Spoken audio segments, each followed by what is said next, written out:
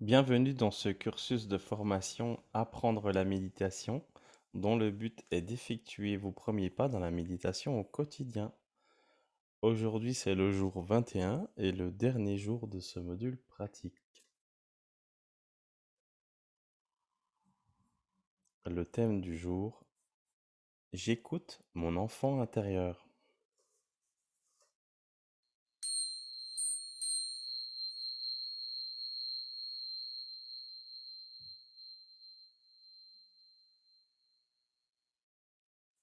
Alors, j'écoute mon enfant intérieur. J'ai voulu vous proposer cette capsule pour terminer parce qu'il me semble qu'elle permet d'explorer euh, de nombreuses facettes de soi et comprendre ce qu'est l'enfant intérieur et y accorder du temps, mais c'est aussi se permettre de progresser dans bien des domaines, de voir au-delà de l'enfant qui s'est adapté à ce qu'on lui a demandé, qui s'est adapté à ce qui était exigé, qui a été façonné. Euh, Ça sert à reconnaître les émotions refoulées, ça sert à accueillir les messages du corps, les besoins fondamentaux, comme on a déjà parlé. Déjà là, on était aussi en connexion avec notre enfant intérieur d'une certaine façon. Ça permet aussi de comprendre une souffrance d'origine, voir sa source, et puis rendre légitime cette souffrance, parce que c'est à partir de là qu'on peut travailler dessus.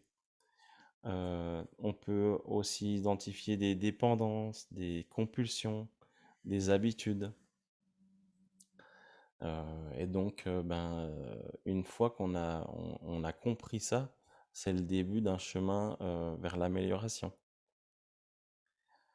Se connecter à son enfant intérieur, c'est aussi se connecter à son pouvoir créateur. Parce que quand on est enfant, ben, c'est là qu'on est le plus créatif. Euh, et tout ça, bah, ça permet de s'accomplir et de donner plus de sens à son existence. Et aussi, j'ai noté de s'aimer avec authenticité. J'aime bien ça. De s'aimer comme si, voilà, on s'aime soi-même, quoi. Et voilà. Et ça, c'est vraiment quelque chose qui compte beaucoup. Et ce qu'on peut dire de l'enfant intérieur aussi, c'est qu'il nous connecte à nos mémoires d'enfant, donc nos mémoires de joie, nos mémoires de peine. Et on en parle beaucoup dans les mythes, dans les fables.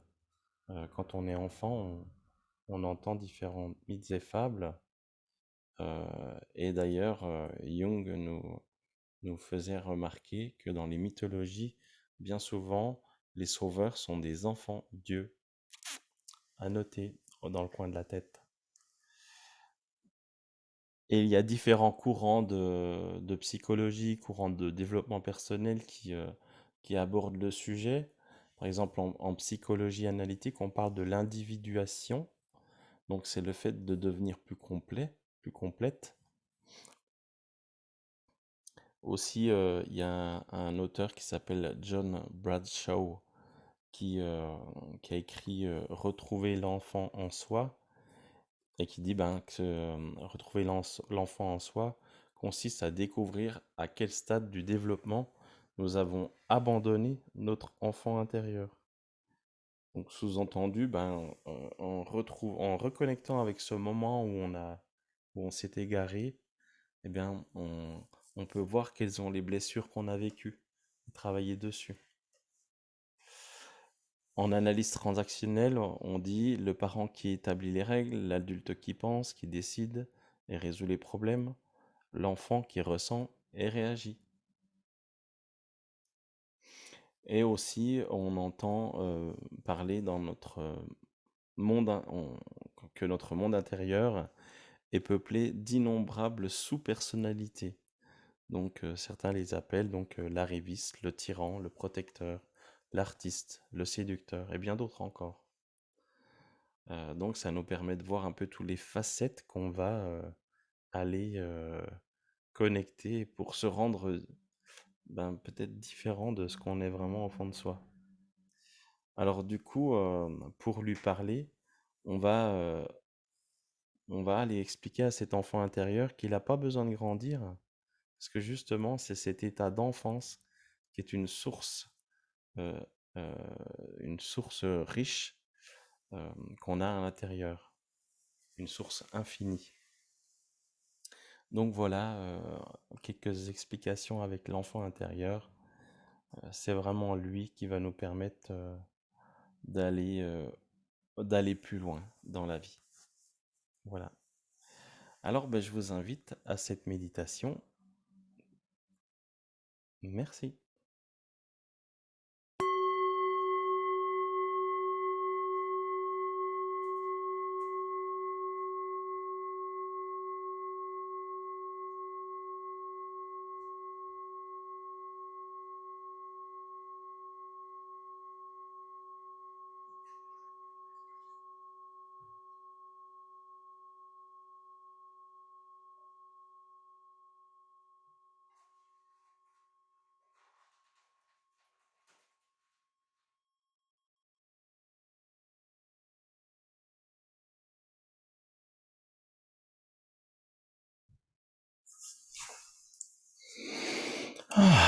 Je me pose.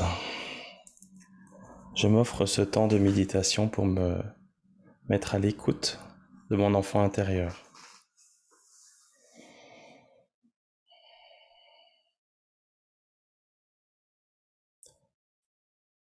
La situation que j'ai vécue m'invite à me connecter à cet enfant intérieur et à mieux me comprendre, à grandir. Pour cela, je prends ce temps, je me pose. Je me pose, je respire dans mon bas-ventre.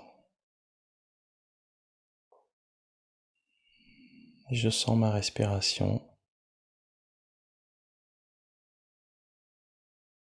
qui va au niveau de mes appuis. Je me sens en sécurité, posé, apaisé, centré.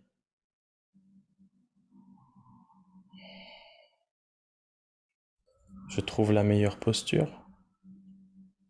Je corrige si nécessaire.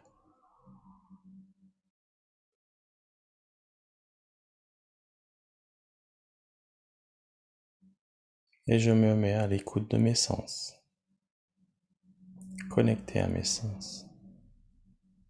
La vue intérieure, la vue imaginaire, la vue extérieure, l'ouïe,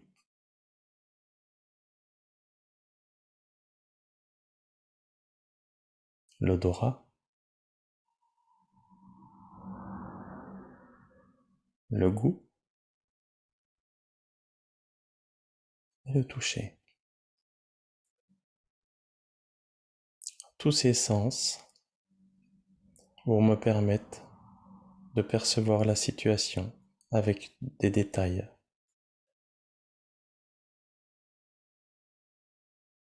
Et j'associe à tout ça mon intelligence perceptive, mon intuition.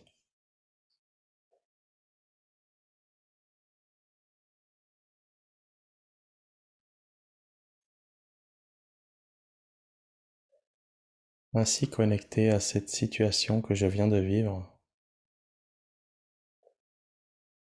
je sens à quel point elle m'impacte dans le corps, à quel endroit, à quelle intensité.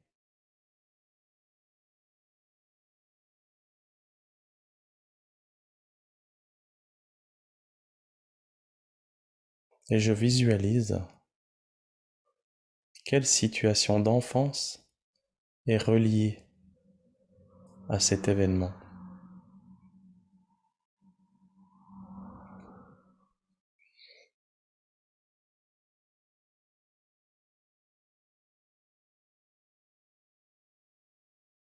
Maintenant que je vois l'enfant intérieur concerné par cette situation,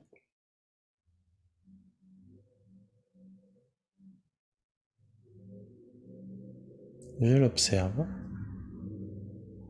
Je m'approche et je me mets en relation avec lui.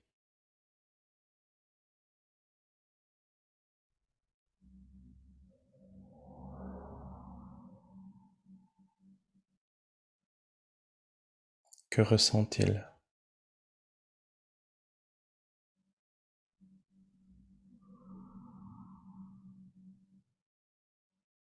Est-ce qu'il a une émotion particulière?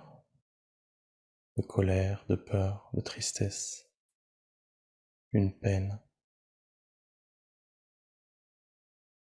peut-être un choc?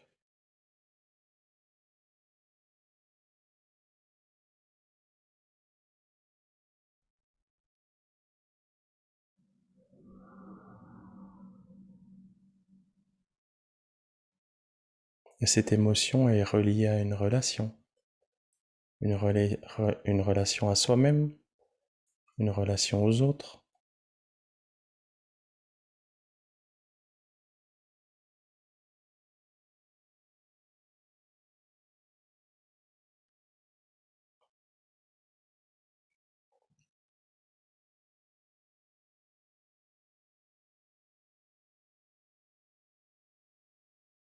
Je lui laisse m'expliquer.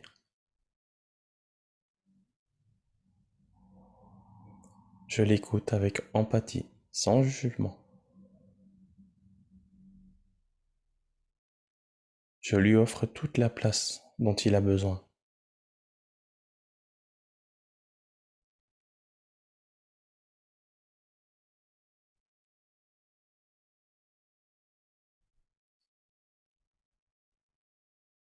Je lui demande est-ce qu'il y a une blessure associée, telle que l'abandon, le rejet, la trahison, l'humiliation, l'injustice.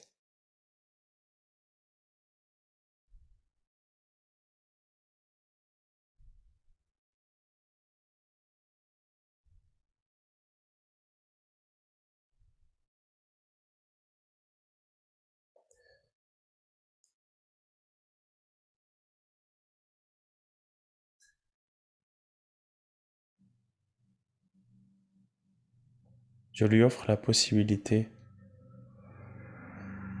de retrouver ce ressenti, ce qui se manifeste, de le décrire. Avec l'écoute que je lui porte, je lui offre de la reconnaissance, de l'écoute, de l'acceptation.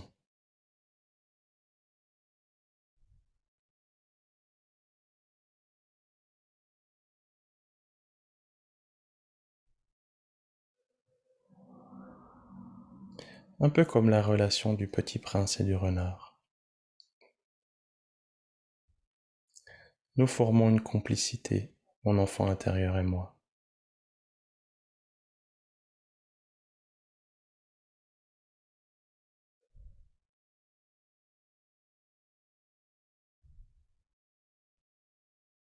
Ainsi, je lui demande quels sont ses besoins,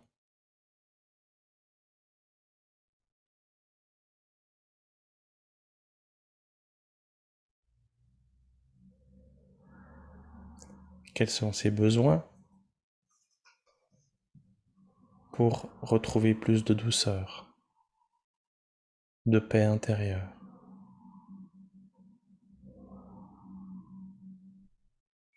Un besoin d'écoute, un besoin d'écrire, un besoin de parler, besoin d'être entendu, besoin d'être valorisé, d'être félicité, d'être soutenu, d'être encouragé, un besoin d'être protégé, accompagné.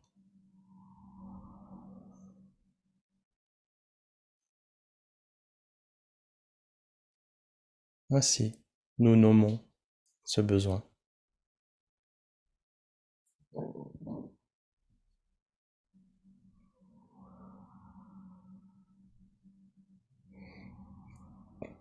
et je dialogue avec lui pour lui permettre d'affiner.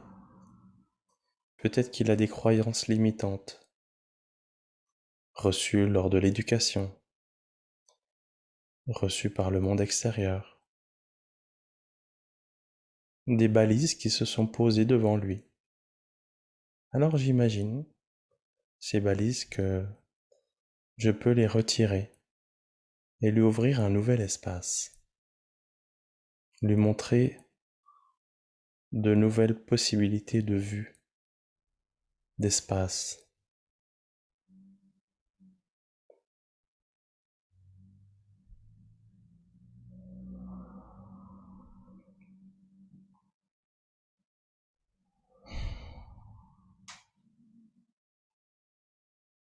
Ainsi je sens son cœur qui s'ouvre. C'est un pas, un premier pas.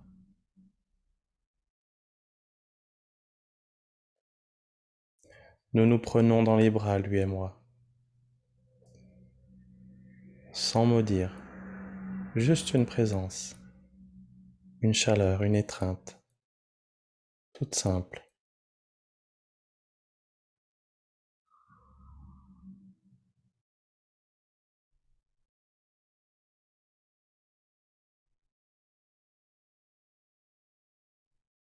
Ainsi je le remercie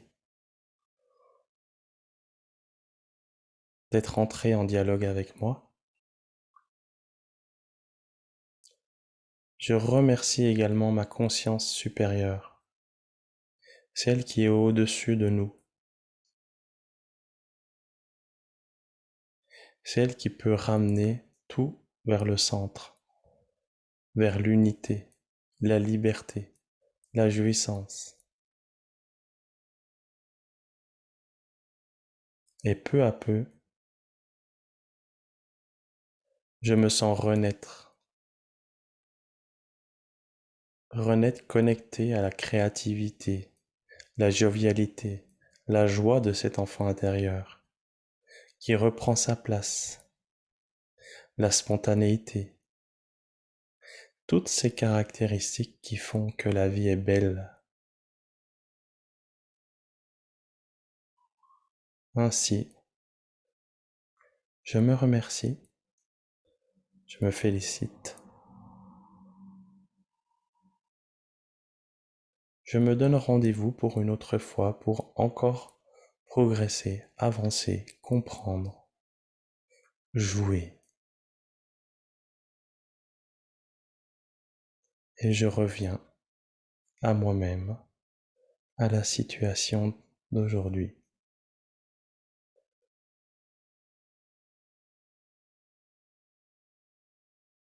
Et j'entretiens cette vibration, cette douceur que j'ai reçue. Je prends quelques minutes pour la ressentir dans le cœur, dans mon corps, dans toutes mes cellules.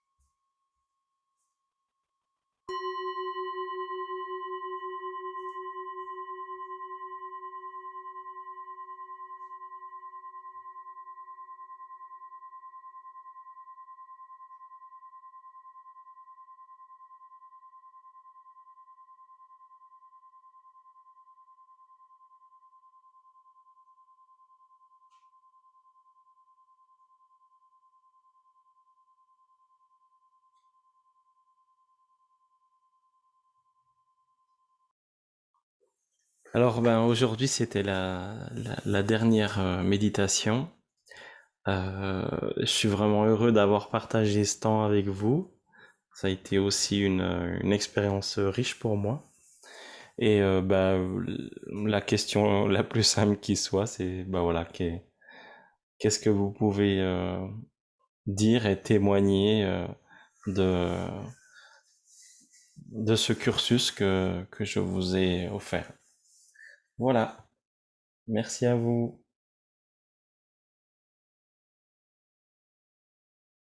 Et rendez-vous le 28 juin pour le module de conclusion, d'intégration de cette formation.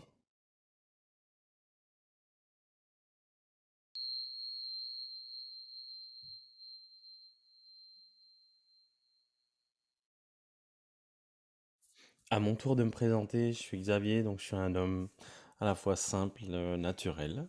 Les gens disent de moi que je suis une personne rassurante, apaisante, et j'aime être à l'écoute des personnes, apporter une écoute profonde et utiliser mes perceptions, mes intuitions. Mon objectif, c'est toujours d'aider les personnes à trouver leurs propres réponses, à être maître de leur sujet. Donc ça, c'est vraiment l'aide que je propose au sens large, à la fois aux particuliers et aux entreprises, puisqu'à l'issue de mes expériences de vie personnelles et professionnelles, eh bien, je me suis dirigé vers deux types d'accompagnement qui sont à la fois le conseil aux entreprises pour les relations, de meilleures relations au travail. Donc, je propose des formations bien-être, qualité de vie au travail, une formation méditation et une formation cohésion. Et bien sûr, je donne conseil sur ces sujets également. Et auprès des particuliers, je propose des soins de sonothérapie, des soins énergétiques. Je forme également au chant harmonique, c'est vraiment ma spécialité, ma passion. Et je forme aux soins énergétiques avec ce chant, donc qui est très puissant. C'est un chant médecine. Ce qui m'amène aussi à accompagner les gens sur une plus longue durée avec ma fibre chamanique. Et là, ben, on va plutôt parler de saut quantique pour les personnes qui veulent sortir du chaos ou encore atteindre une certaine émergence. Voilà. Donc pour en savoir plus, ben, je vous invite à consulter mes sites internet. Toutes les informations sont situées plus bas dans la page. Alors je vous remercie et je vous dis à bientôt lors de ces activités.